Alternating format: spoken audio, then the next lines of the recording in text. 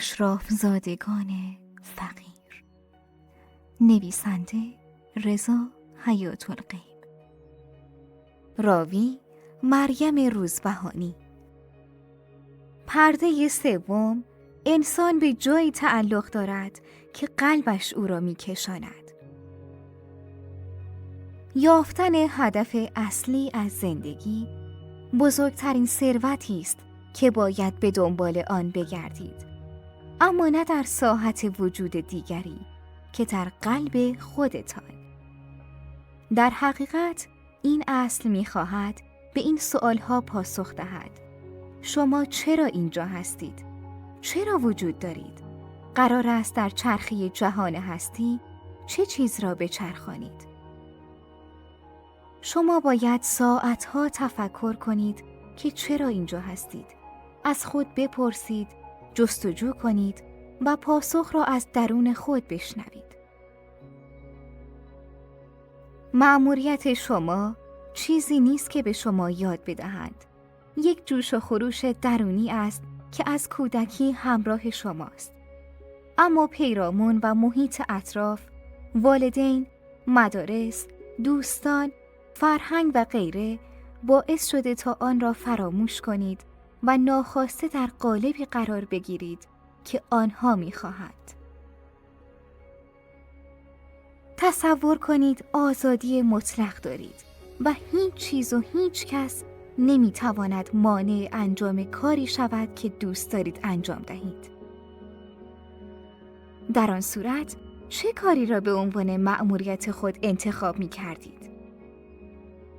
مأموریتی که فراتر از محدودیت‌ها، تابوها، نتوانستن‌ها، بهانه‌ها و غیره باشد. آنچه شما در حین انجامش زمان را فراموش می‌کنید چیست؟ بگردید و آن را بیابید. وقتی ما میگوییم که نمیدانیم چه میخواهیم، به این علت است که عامل یا عوامل بیرونی مانع فکر کردن ما به خواسته درونیمان میشود و حتی در خیلی از موارد شهامت به زبان آوردن آن را هم نداریم. این شما هستید که باید تعیین کنید کجا بروید، نه اینکه منتظر بمانید تا سرنوشت سمت و سوی شما را معلوم کند. مقصد را مشخص کنید. مسیر و شیوه رسیدن به آن را طبیعت و کائنات سر راهتان قرار خواهد داد.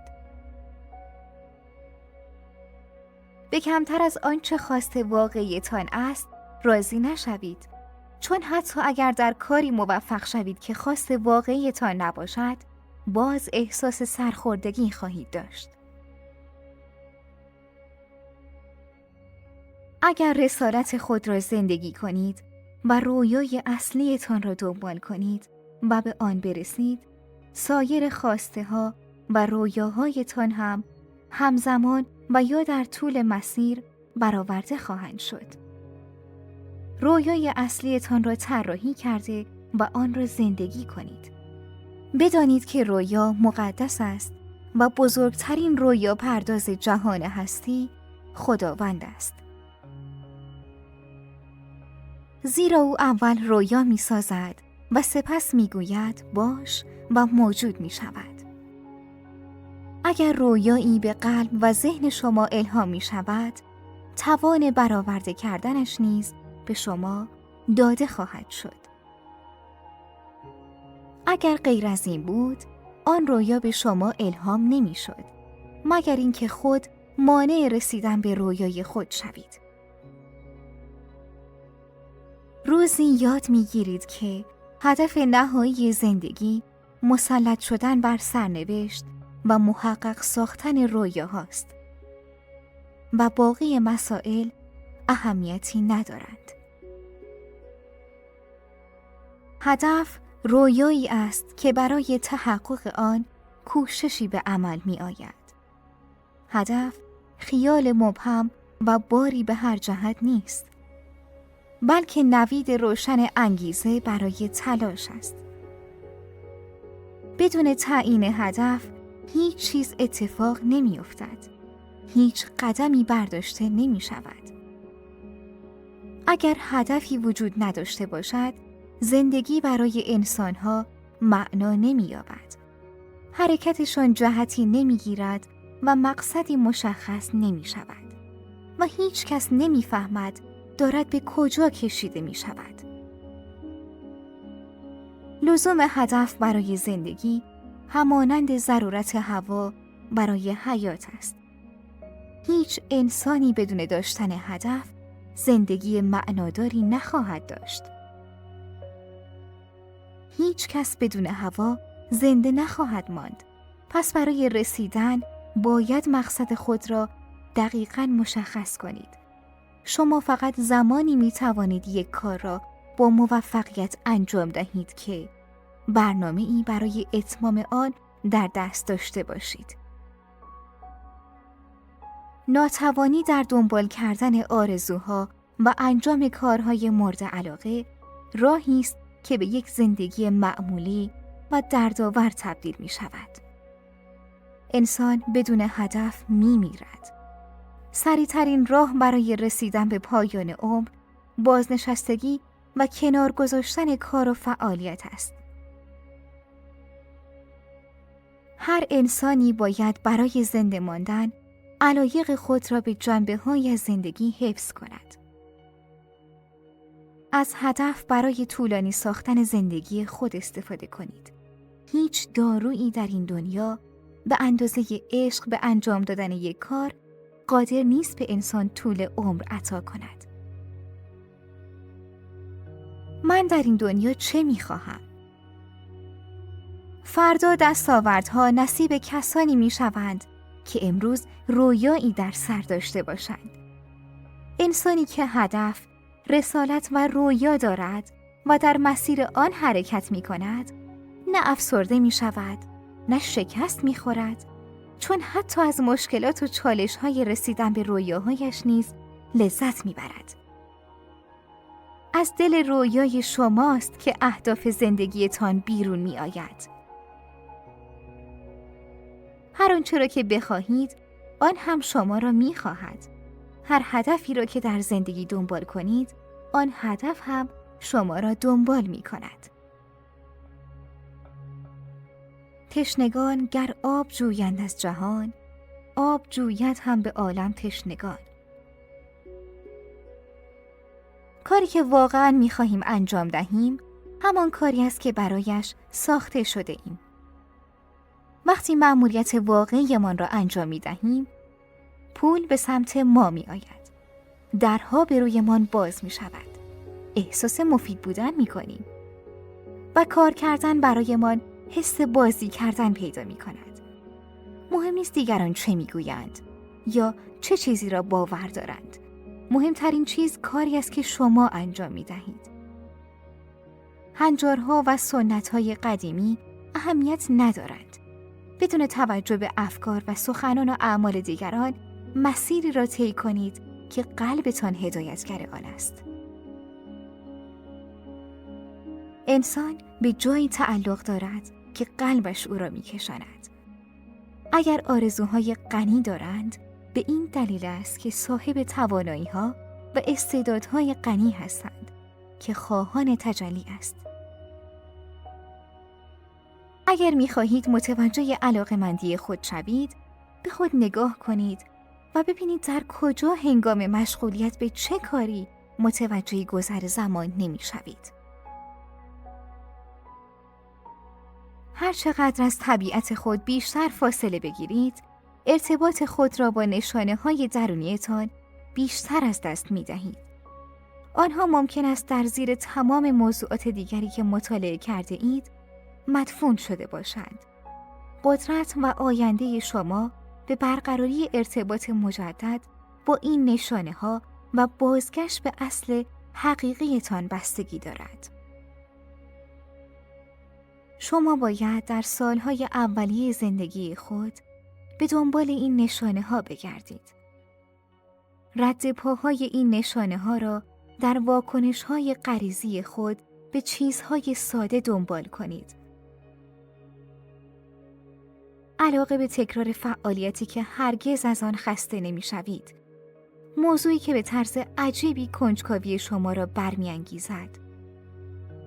و یا احساس قدرتی که از انجام اعمال خاصی ناشی می شود. آنها از خیلی پیشتر در درون شما وجود دارند. نیازی نیست تا شما چیزی را خلق کنید. تنها کافی است در پی آن کاوش کنید و با جستجو آنچه را که این همه مدت در درون شما مدفون بوده است، بازیابید.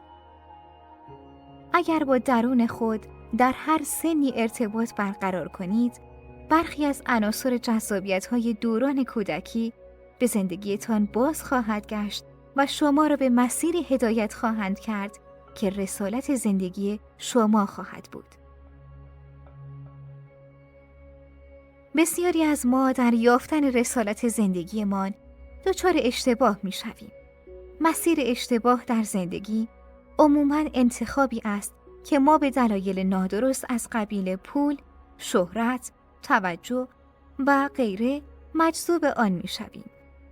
اگر نیاز به توجه داشته باشیم، بیشتر نوعی حس خلأ در درونمان احساس می‌کنیم که امیدواریم آن را با علایق نادرست مورد تایید جامعه پر کنیم.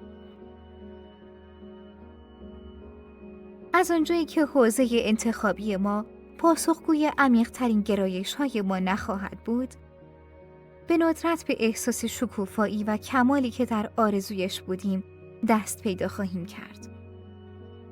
طی این فرایند دردناک، تلاش‌هایمان رو به کاهش می‌گذارند و بازدهی کارمان افول می‌کند و توجهی که در آغاز داشتیم به تدریج از بین می‌رود. اگر گرفتار این داستان شده اید، راهبرد شما باید اینگونه باشد که در وهله اول، پیش از آن که عزت نفس و اعتماد به نفس شما آسیب ببیند، به مسیر اشتباهی که انتخاب کرده اید پی ببرید. دوم این که در برابر نیروهایی که شما را از مسیر حقیقی منحرف می کنند، بایستید و نسبت به نیاز توجه و تایید از سوی دیگران بی تفاوت باشید، زیرا این احساسات شما را گمراه خواهند کرد. در برابر فشارهایی که والدین شما برای تحمیل کردن حرفه نامناسب به شما وارد می کنند، بایستید. این بخش اساسی از رشد شخصی شما به منظور پیروی از مسیری مستقل از والدینتان و تثبیت هویت فردی شماست. اجازه دهید تا حس طغیان شما را مملو از انرژی و هدف کند. البته این ایستادن و طغیان کردن نباید با جنگیدن و بی احترامی به دیگران و خانواده اشتباه گرفته شود. بدی و متفاوت باشید. کاری را انجام بدهید که دوستش دارید، حتی اگر سازگار با عرف جامعه نباشد. کمی دیوانگی هم چاشنی کارتان کنید. از کسی که موفق است الگو بگیرید، اما همان کسی باشید که می‌خواهید باشید. خودتان باشید و کارها را به روش خودتان انجام دهید. بدانید که هیچ کاری را نمی‌توان به بهترین شکل و در قالب تنها یک راه انجام داد. برای هر کاری راه‌های بیشماری به تعداد اندیشه‌های خلاق می‌توان یافت که هر یک می‌توانند بهترین باشد. آگاه باشید که هیچ چیز در یخ نمی‌روید. اگر اجازه دهیم سنت ذهنمان را منجمد کند، ایده نو جوانه نمی‌زند. تفکر سنتی یک مانع اصلی در مقابل انسانی است که دوست دارد یک برنامه پیشرفت فردی خلاق داشته باشد. تفکر سنتی ذهن شما را منجمد می کند، جلوی پیشرفت شما را می گیرد و اجازه نمی دهد از خلاقیت بهره‌ای ببرید. پیوسته در حال جستجو باشید. سنت شکن باشید. رستوران‌های جدید را امتحان کنید. کتاب‌های تازه را بخوانید و با دوستان جدید آشنا شوید. برای رفتن به سر کار راه‌های تازه را انتخاب کنید. برای تعطیلات سالانه به مناطق جدید بروید. در تعطیلات آخر هفته کارهای تازه و متفاوتی انجام دهید و پیشرو باشید، نه دنبال رو. چیز دیگری که باید بدانید این است که رسالت زندگی شما تنها از طریق گرایش‌های قدرتمند درونی ظاهر نمی شود، بلکه می تواند در لباس نقص‌های شما پدیدار شود و باعث تمرکز بر روی کاری شود که در آن تجربه دارید. همیشه از خود بپرسید چطور می توانم کیفیت کارم را بالا ببرم؟ چطور می توانم بهتر عمل کنم؟ در کلیه فعالیت‌های انسانی از ساخت اتومبیل و هواپیما گرفته تا تولید سیسمونی کودک و یا شرکت‌های اینترنتی و فضای مجازی، کمال مطلق حدی دست نیافتنی است. معنایش این است که برای پرواز فکر انسان فضای نامتناهی در پیش روست. ثروتمندان این راز را به خوبی می‌دانند. به همین دلیل همیشه در جستجوی راه‌های بهتری هستند. آنها هرگز نمی‌پرسند آیا می‌توانم این کار را بهتر انجام دهم؟ چون می‌دانند که می‌توانند. پس چنین سوالی از خود می‌کنند: چطور می‌توانم این کار را بهتر انجام دهم؟ وقتی از خود می‌پرسید چطور می‌توانم بهتر عمل کنم، دکمه قدرت خلاق زده می‌شود و شیوه‌های بهتر برای انجام کارها خودشان را معرفی می‌کنند. هر روز پیش از آن که به محل کار بروید، چند دقیقه را به این فکر اختصاص دهید: چطور می‌توانم کار امروز را بهتر انجام دهم؟ بپرسید امروز برای تشویق کارمندانم از چه روشی می‌توانم استفاده کنم؟ چه خدمات خاصی می‌توانم به صورت رایگان به مشتریانم عرضه کنم؟ چطور می‌توانم کارایی شخصیم را بالا ببرم؟ شاید این تمرین‌ها ساده به نظر برسند، ولی نتیجه می‌دهد. آنها را امتحان کنید تا به راه‌های خلاق نامحدودی برای موفقیت‌های بزرگتری برسید. خستگی برای افرادی است که رویا ندارند. شما دارای توانایی‌های خداگونه هستید. ما تکه‌ای از خداوند هستیم. خودتان و توانایی‌هایتان را دست کم نگیرید.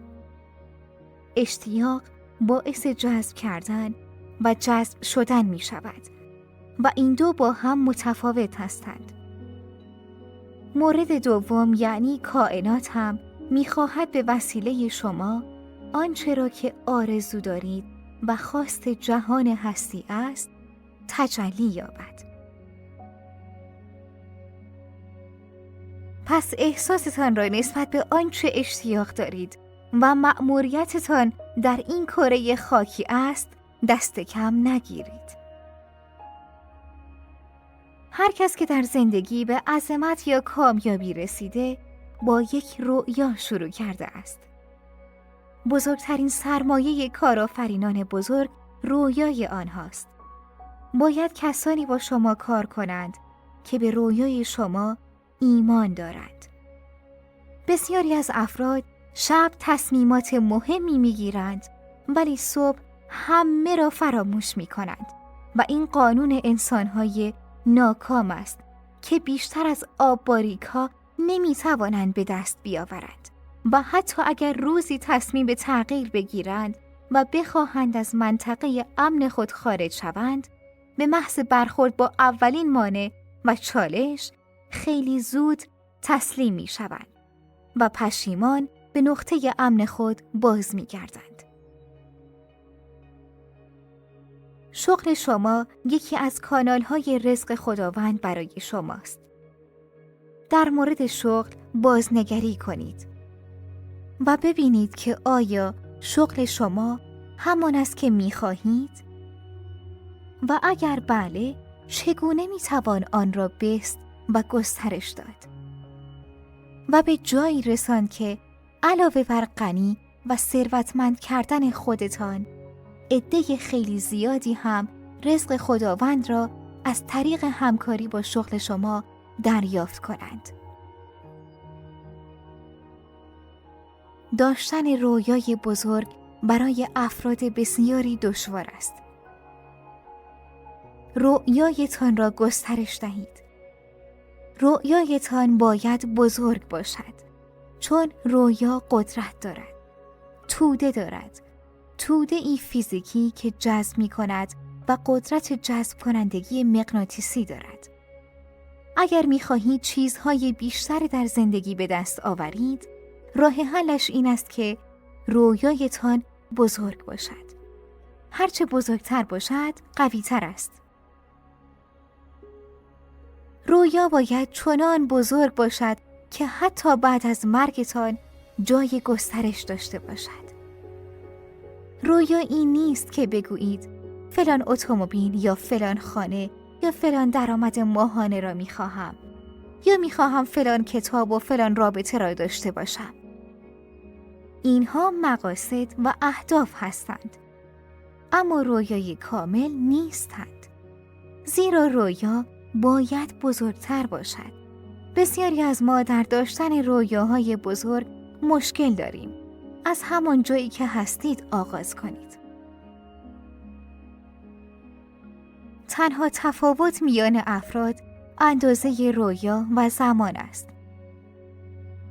رویاها سنگ محک شخصیت ما هستند. شما ممکن است بمیرید، اما همچنان رویایتان زنده باشد. یعنی بانیان یک رویا ممکن است از دنیا بروند، اما رویایشان همچنان در حال گسترش باشد.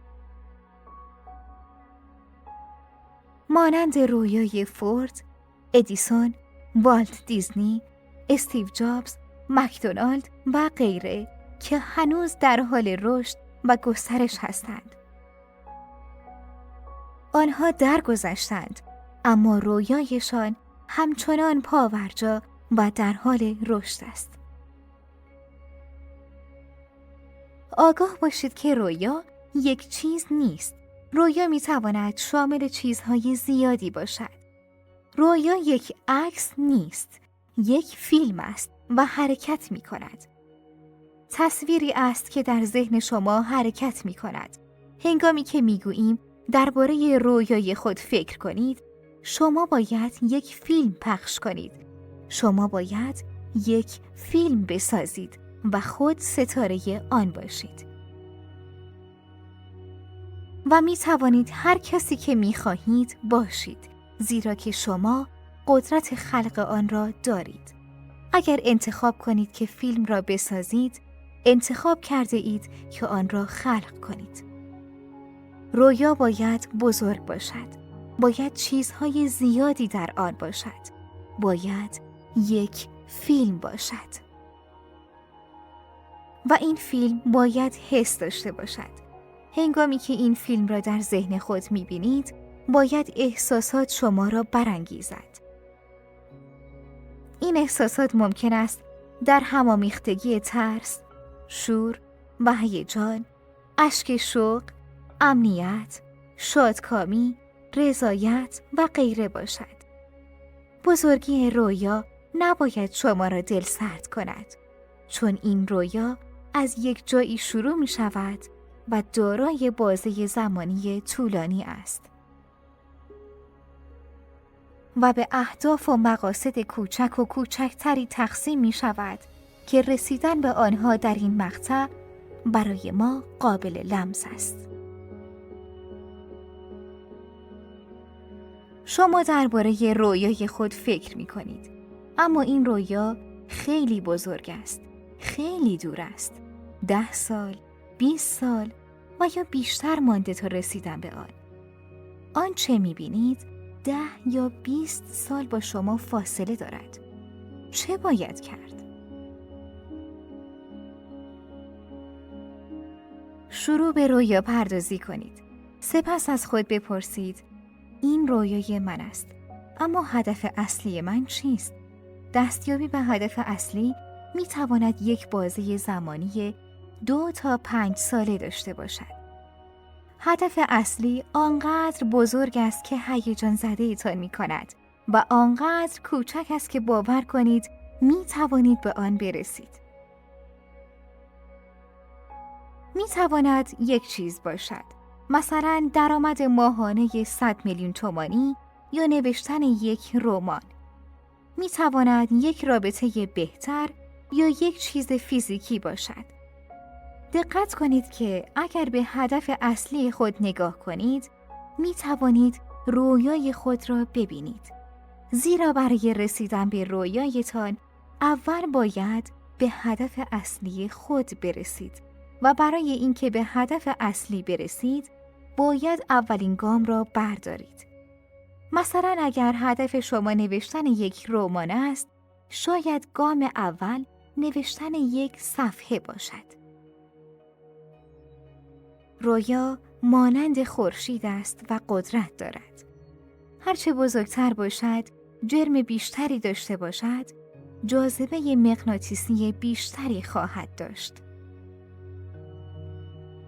برخی ها فکر می کنند این ما هستیم که رویا را تعقیب می کنیم. اما حقیقت این است که رویا شما را به سمت خود می کشاند. آنچه می خواهید شما را می خواهد. رویا با گذر زمان تغییر می کند. قدرت رویا همین است. رویا یک وسیله نیست. رویا روش نیست. رویا آن نوع زندگی است که می خواهید. رویای شما چیزی است که می خواهید، نه وسیلگی و چگونگی آن. وسیله و چگونگی آن در طول مسیر خود را نمایان خواهد کرد. مثلا کسب و کار شما وسیله ای می شود برای رسیدن به رویایتان که استقلال مالی است. یادتان باشد وسیله ها محدود نیستند و فقط در کسب و کار شما محدود نمی شود. مهم رویای شماست که باید خودتان را محدود نکنید و اجازه دهید به هر وسیله‌ای که خداوند و جهان هستی هوشمند می‌خواهد آن را محقق سازد. رویا نتیجه اصلی است، نه وسیله. خود را به یک وسیله و چگونگی آن محدود نکنید.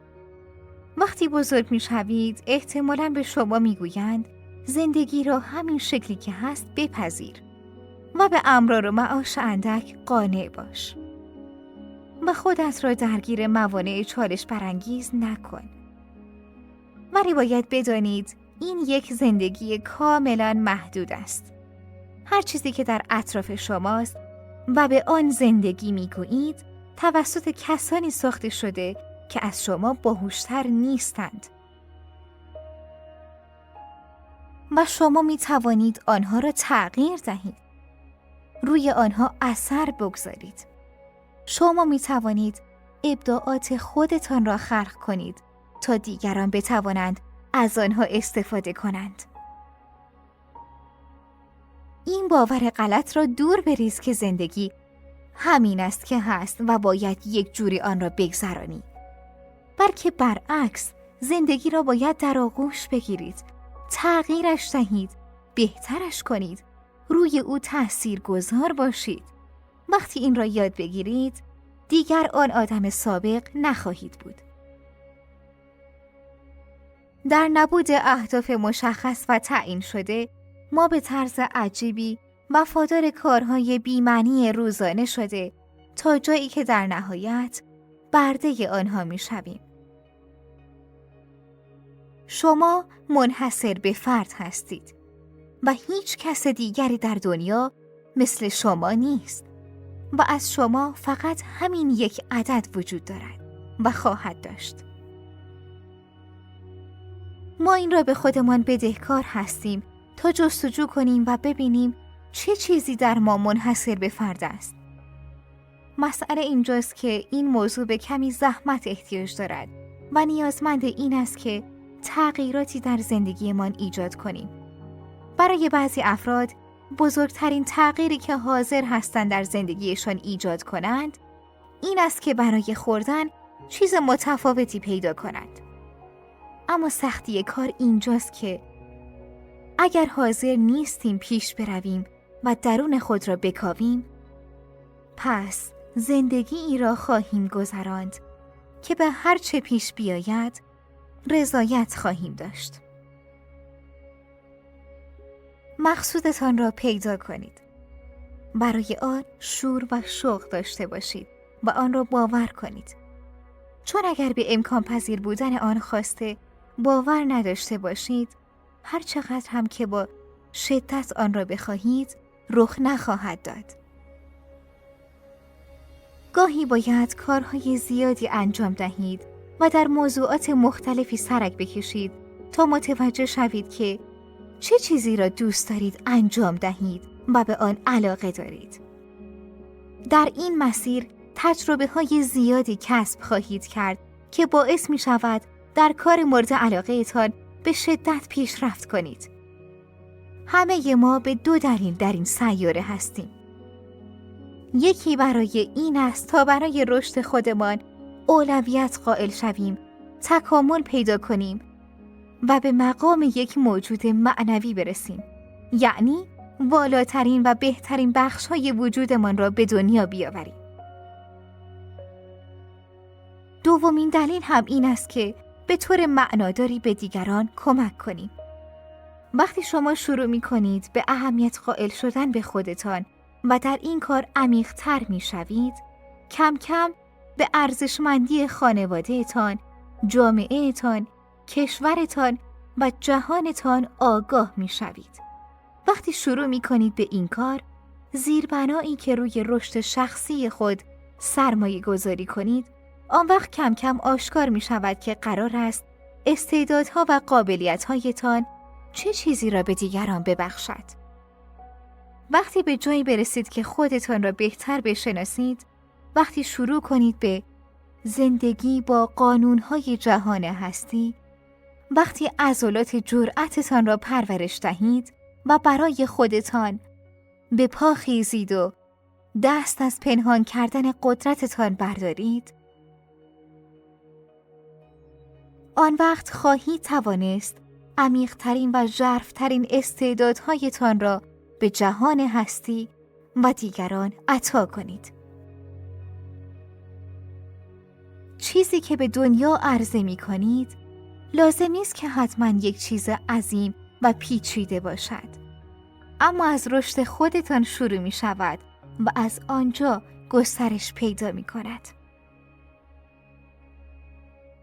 وقتی همه نیروی خود را به طرز سازنده‌ای متوجه هدف خاصی کنید، هر آنچه غیر ضروری است فرو می افتد. وقتی اندیشیدن به زندگی دلخواهتان را آغاز کنید، فکرهای کوچک و روابط بیهوده و بدخلقی‌ها و هیجانات مخرب که به بیماری و دلسردی و شکست می انجامد، در زندگیتان جایی نخواهد داشت.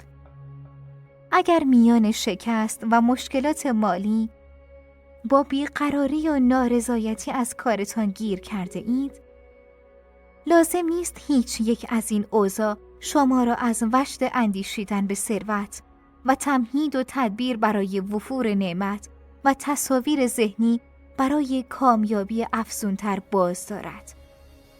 اگر برای برآورده شدن آرزویتان گام به گام از خرد لایتناهی هدایت بطلبید، هیچ چیز نمیتواند مانع پیش روی ذهنی شما به سوی هدفتان شود.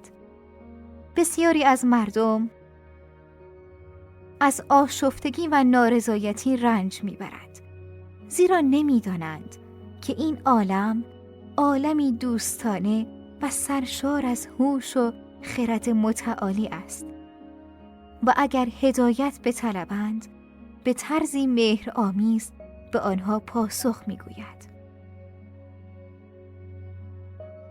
ذهن جویا ذهنی سالم است که پاسخ سوالاتش را می‌یابد و به سلامت و پیشرفت و ثمرات رضایت بخش می‌رسد. کار با آرمان‌های گسترده و غنی و تجربه ثمرات زنده و ارزشمند بسیار آسان‌تر از سازش با شکست و کنار آمدن با آرمان‌های کوچک و آرزوهای حقیر است. شاید وضعتان ناموافق باشد، اما اگر آرمان یا هدفی برای خود تعیین کنید و در راه حصول آن بکوشید، این وضع ناموافق نمی‌تواند مدت زیادی دوام بیاورد.